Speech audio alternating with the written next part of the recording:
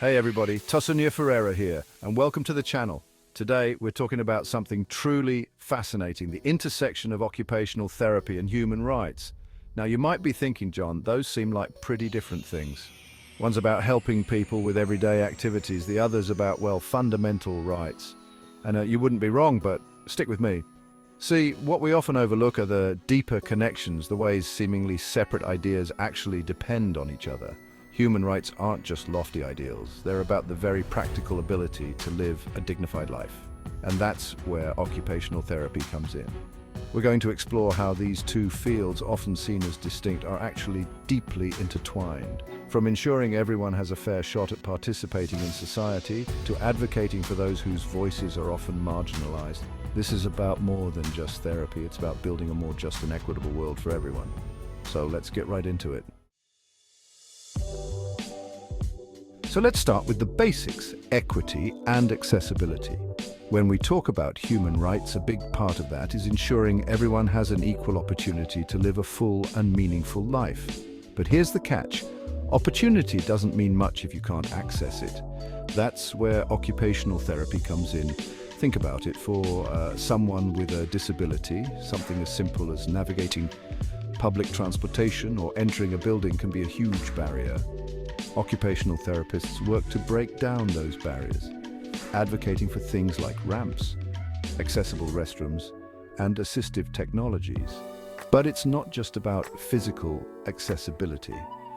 It's about ensuring everyone has access to the resources and support they need to participate in society, regardless of their disability or socioeconomic status.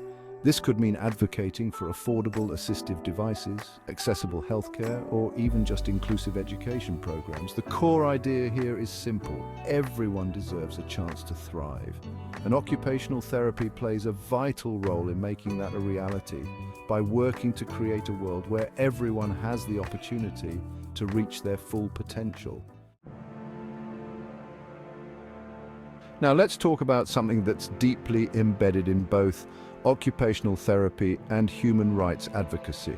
It's not enough to simply acknowledge the challenges people face. We have a responsibility to speak up and fight for change.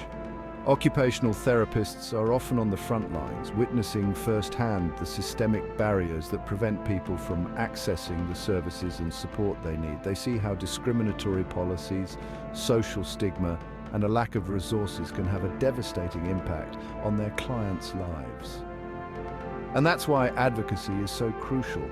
It's about amplifying the voices of those who are often marginalized and unheard. It's about challenging injustice and pushing for policies that promote equality and inclusion.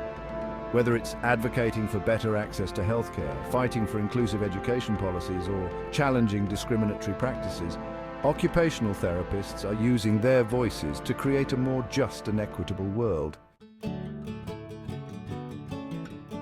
You know, one of the things I find most inspiring about both human rights work and occupational therapy is the focus on diversity and inclusion. It's about recognizing and celebrating the richness of human experience in all its forms. In occupational therapy, this translates to cultural competence, the ability to understand and respect the unique cultural values, beliefs, and practices of each individual. It's about recognizing that what works for one person might not work for another, and that's okay. This means taking the time to listen to clients, to learn about their backgrounds, and to understand how their culture shapes their experiences and goals.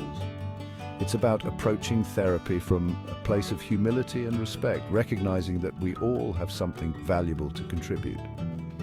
Ultimately, cultural competence is about ensuring that everyone feels seen, heard, and valued. It's about creating a space where everyone feels comfortable and supported in pursuing their goals regardless of their background or beliefs.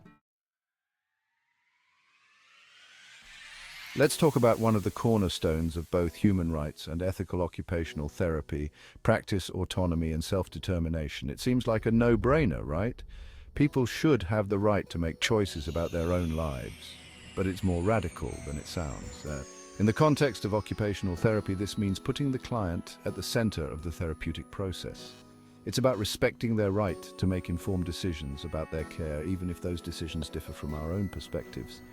This can be as simple as involving clients in setting their own therapy goals or as complex as advocating for their right to refuse certain treatments. It's about recognizing that the client is the expert on their own life and that our role is to support them in achieving their goals, whatever they may be. Ultimately, respecting autonomy and self-determination is about empowering individuals to take control of their lives. It's about recognizing their inherent dignity and their right to live a life that is meaningful to them. You know, we often talk about physical health, but mental health is just as important, and it's a human rights issue too. The World Health Organization defines mental health as a state of well-being in which the individual realizes his or her own abilities, can cope with the normal stresses of life, can work productively and fruitfully, and is able to make a contribution to his or her community. Occupational therapists play a vital role in promoting mental health and well-being. They work with individuals facing a wide range of challenges, from depression and anxiety to more complex mental health conditions. But it's not just about treating symptoms, it's about addressing the social, emotional, and environmental factors that can impact mental health. This might involve helping someone develop coping mechanisms for stress, build social connections, or advocate for themselves in challenging situations. It's about recognizing that mental health is just as important as physical health and that everyone deserves access to the support they need to thrive.